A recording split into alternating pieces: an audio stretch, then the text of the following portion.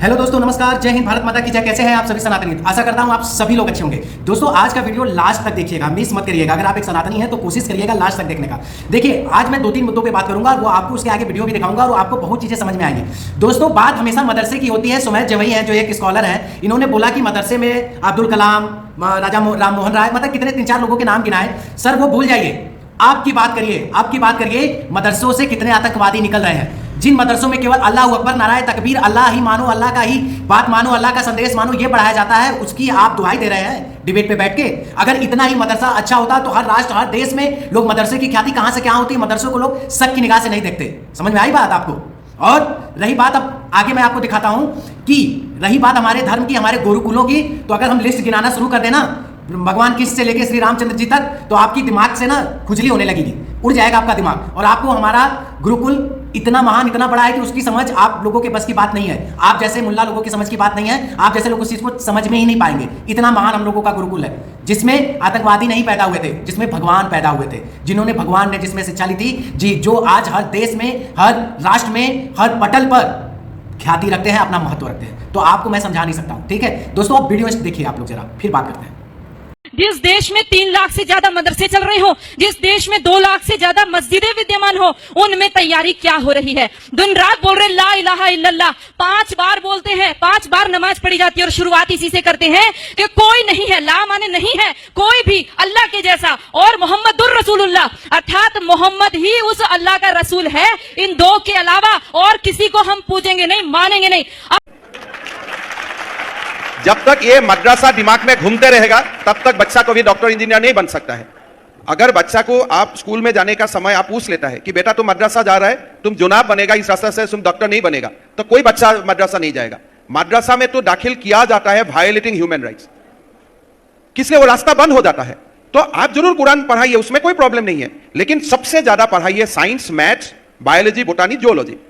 तो इसीलिए मद्रासा सब विलुप्त हो जाना चाहिए, नॉर्मल एजुकेशन होना चाहिए। और घर में आप खूब आपका धर्म पुथी पढ़ाइए, पूरा 2-2, 3-3 घंटा धर्म पुथी पढ़ाइए, लेकिन स्कूल में ऐसा ही शिक्षा दीजिए जो शिक्षा से आपका बेटा डॉक्टर और इंजीनियर बन सकता है, प्रोफेसर बन सकता है, साइंटिस्ट बन सकता है जी। और भाई साहब, और एक बात है, मैं आपको बताता हूं, कोई जो आप बोल रहे हैं मुसलमान लोग कुरान कंठस्थ कर रहा है तो इसलिए उनमें बहुत ज्यादा मेरिट होता है, यह सारा मुसलमान भाई हिंदू था।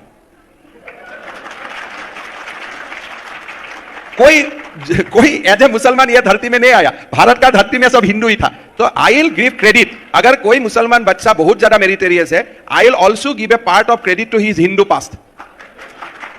मुसलमानों का दुश्मन आपसे कहेगा कि आज मुगलों की वजह से ऐसा हो रहा, तो उनसे पूछना भारत कैसे बना।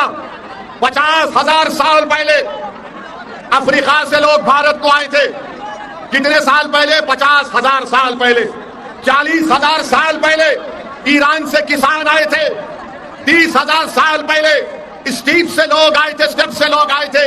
इसके बाद लोग आते गए तो भारत बना। मगर बीजेपी को अगर कोई नजर नहीं आता, खाली मुगल नजर आता है इनको। मुगलों के नाम पर। तो आपने सुना ना, ये ओवैसी क्या बोल रहा है? ये 50,000, 40,000 वर्ष पुरानी बातें कर रहा है। इसके दिमाग में तो एकदम भूसा ही भर गया है, इसका दिमाग काम ही नहीं कर रहा है, ये बौखला चुका है योगी मोदी को देख के।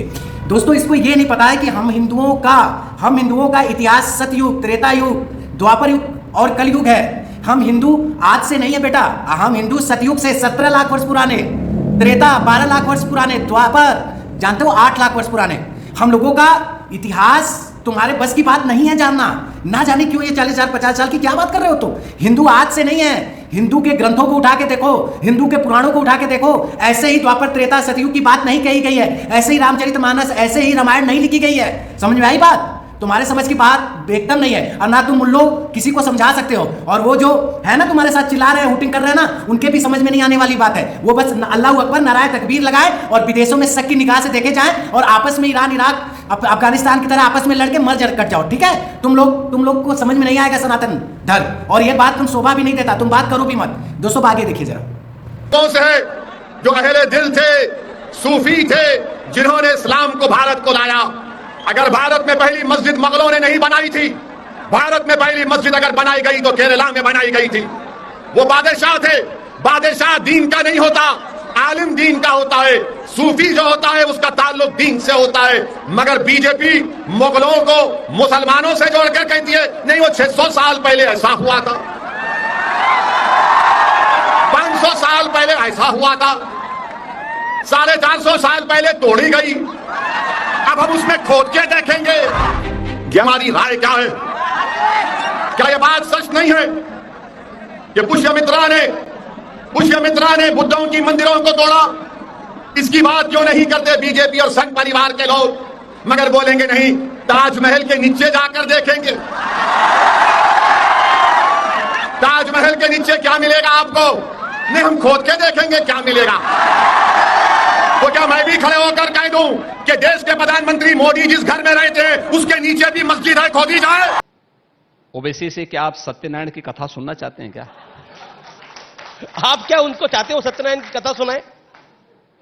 उनका चेहरा मोहरा, उनका राग रंग जो है, मुख्यमंत्री नहीं रहेगा।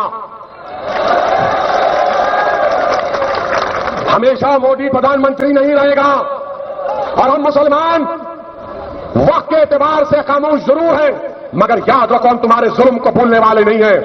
हालात बदलेंगे जब कौन बचाने आएगा तुमको? जब योगी अपने मठ में चले जाएंगे, मोदी पहाड़ों में चले जाएंगे, हो सकता है या कहीं पर जाकर रहेंगे, जब कौन आएगा? वक्त आएगा तो हैदराबाद भाग्यनगर भी बनेगा। पर आपको लगता नहीं कि गौरव और भारत के सांस्कृतिक राष्ट्रवाद का प्रतीक हो ही नहीं सकता। कि फिर रेंगने लगे।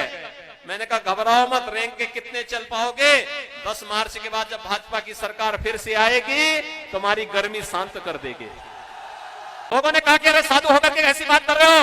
मैंने कहा देखो, मैंने तो यही सीखा है कि परित्राणाय साधूनां विनाशाय च दुष्कृताम। अब उससे ज्यादा मैं क्या बोल सकता हूं? तो मैंने कहा ये सरल और खड़ी भाषा में यही शब्द होता है।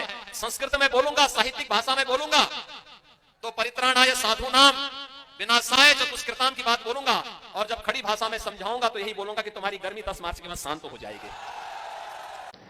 यही दिमाग में बात सबके आ जाता तो ये वोट बैंक की राजनीति ही समाप्त हो जाती। कि राष्ट्रवाद जिस दिन प्रखर होगा और जिस दिन हुआ उस दिन वंशवाद और जातिवाद समाप्त कहते हैं हम तो आपने सुन लिया ना वीडियो, देख भी लिया ना वीडियो, समझ भी लिया ना वीडियो। तो अगर समझ गए हैं तो इस वीडियो को लाइक, सब्सक्राइब और शेयर करना मत भूलिए। जय हिंद।